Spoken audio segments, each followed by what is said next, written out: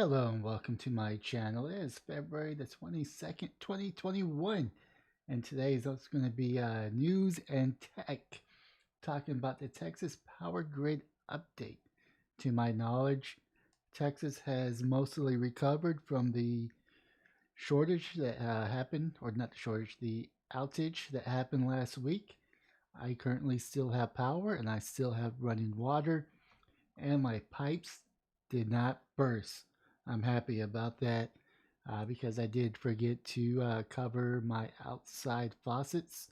Forgot to do a little winterization because I didn't expect it to be that bad, and I still had water hoses hooked up. But oh well, next time we have a hard freeze, I'll be ready for it because they're kind of winterized right now. But anyways, I was kind of thinking of really kind of this whole thing and what we could do in the future to prevent some of this from happening.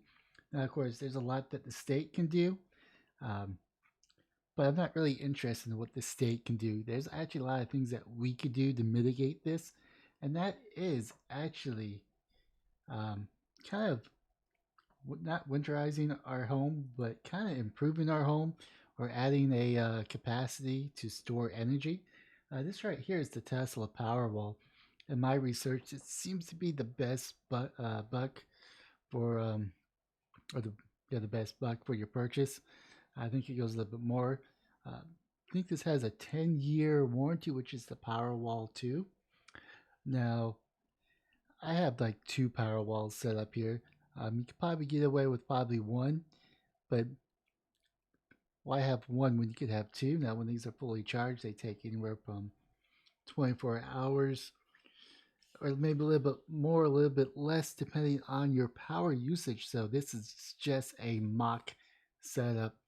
Now, when I go build my house out in the country on my property, I do plan maybe getting 2 or 3 of these. But as you can see, the price right here is around 20K. So that is a little out of most people's price ranges. Even with tax credits, I think let's let's be a little liberal and say, let's say you could get maybe 3K back per battery. Now the thing is with the warranty here, it has to be powered by the solar panels. I'm not too sure even the windmills will be covered under that, but that's just one thing that we could do. I mean, this is actually stores the power at your house, so you're not without power. And this is actually rated to do heating, and if you need to cook on the stove, we could do electric stoves. So I've been doing a lot of research into the Tesla Powerwall, and it seems to be a pretty solid thing. But of course, you can either do it charging from the grid, which kind of avoids your warranty in some aspects, or you could do a solar, which covers it 100% if anything were to go wrong with the battery itself. But of course, there's this new technology coming out, which is liquid metal. Now, of course, I think the one that you probably want, what I'm looking into, is going to be the ambry magnesium antimony. Now, this one's probably going to be closely resembling the Tesla Powerwall. I don't know what the prices are going to be because they're still in product development. And hopefully, in about 2 or 3 years, maybe 4 years, you're going to start seeing them go out onto the market. Now, liquid metal batteries are actually really interesting. Now, the only downside to this one, if you're a conspiracy nut, is Bill Gates is approving this company. That's right, Mr. Microsoft Bill Gates. Now, this one actually has a lot of potential and a lot of be a real game changer. Now, this isn't something that you're going to put in your vehicle. This is going to be more stationary, a more grid infrastructure type battery, where I think it's going to last about the same amount of time as the Powerwall, because both the Powerwall and this one, from what I've been reading, will last about 10 years at peak conditions. And of course, as anyone that deals with batteries knows, that it has a half life. And every time you charge it or just over time, they degrade. But 10 years is still pretty good. So even this right here, even with 20 grand, that's about a grand per year. that you're going to be able to get, or yeah, about a grand per year because it's about 18, uh, 16. Let's see here. How much is just one? Let's see here. Yeah, it's $12,000. Wow. Of course, some of that is some of the installation, and the more that you buy, the cheaper that does get. So even so, between the two of those, that's about a grand per year for two batteries, which isn't too bad when you break it down like that. It's still a upfront cost. Now I'm hoping I could tie this all into my home loan, but of course you can also get a windmill right here. A typical wind turbines. Now the issue with this is density. Like I can't put this in my house here in Austin because it requires a pretty long pole and the blades are pretty large.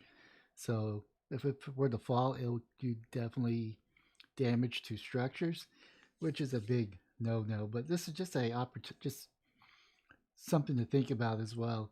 And there's also going to be probably be major improvements to windmills to get better yields out of them. But everything I've read is you really want them to be high up there, just so you can take advantage of the wind. So yeah, a typical house uses between 10 kilowatt hours electricity per year. That's about 9 to 11 kilowatts per month, depending on the average wind speed in the area. Where wind turbine rated for 5 to 15 kilowatts would be required to make a significant contribution to this demand. Now, my idea of when I go out in the country and build my house is I do want a wind turbine, but I also want solar panels. Now, the I haven't really priced out solar panels in a couple of months, but they're kind of up there, but they're dropping in prices. So maybe in about 2 or 3 years, it's going to be real affordable, even without the incentives. So you're going to need about 14 to 36 solar panels.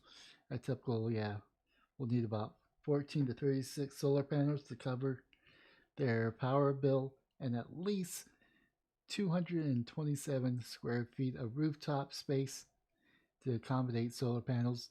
The amount of energy that the solar can absorb and produces is measured in kilowatts. So yeah, these are like things that we could do, um, not relying on the government for being self-efficient.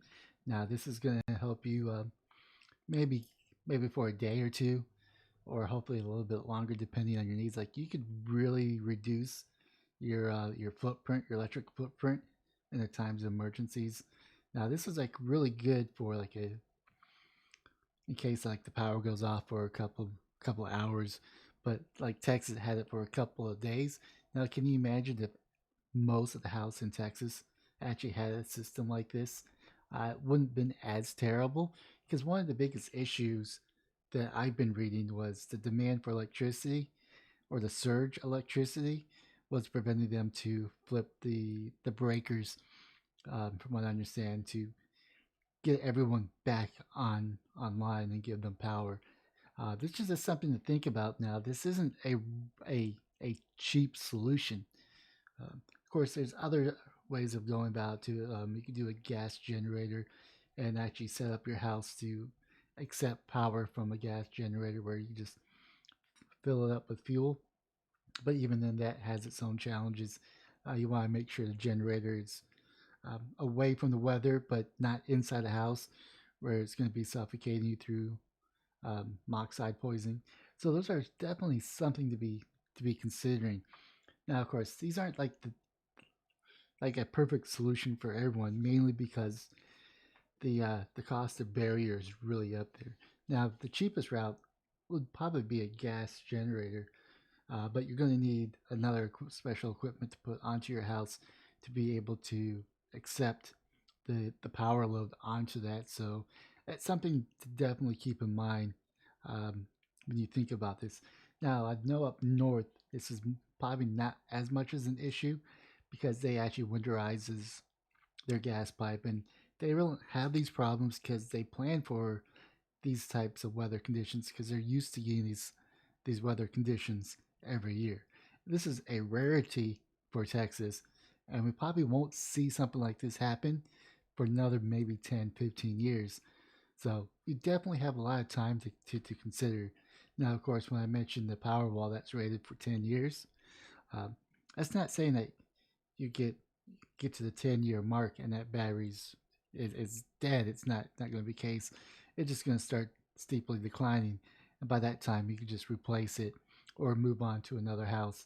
But these are just things to really consider. It's actually think about other ways to diversify your way you get energy, where you're not so reliant on the power grid.